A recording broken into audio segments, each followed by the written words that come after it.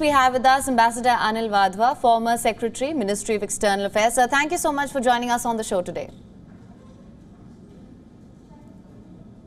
Now, sir, to begin with, all member states, they've expressed support for including more members. What major announcements can we expect on that front today? So I think it's very important to have criteria and standards and procedures for expansion, first of all. And this is a document that the Sherpas have been working on in the context and the run-up to the BRICS summit.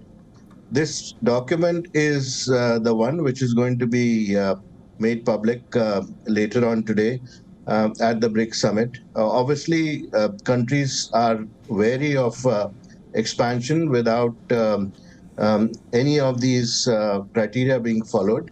There has to be also a geographical balance which needs preservation.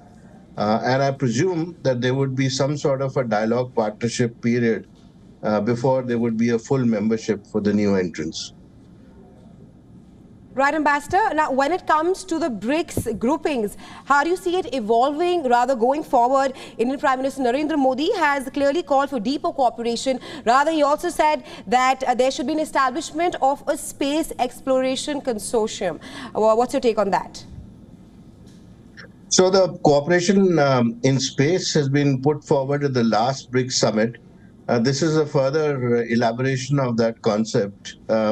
And a space exploration consortium would mean that all BRICS countries would be able to pool in their resources, learn from each other's experience, and therefore gain in the process.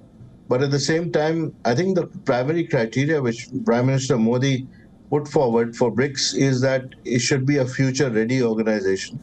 And there, of course, many proposals have been on the table in the past, but he himself has put forward some at this particular summit, like a railway research network, for instance, cooperation between the MSMEs, and also online BRICS database for a startup forum.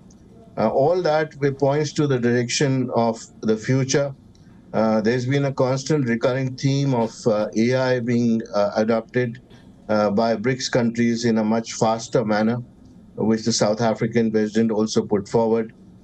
So therefore, BRICS is looking at the future with a new lens. And I suppose it is in this context that we should also look at this particular proposal of a space consortium.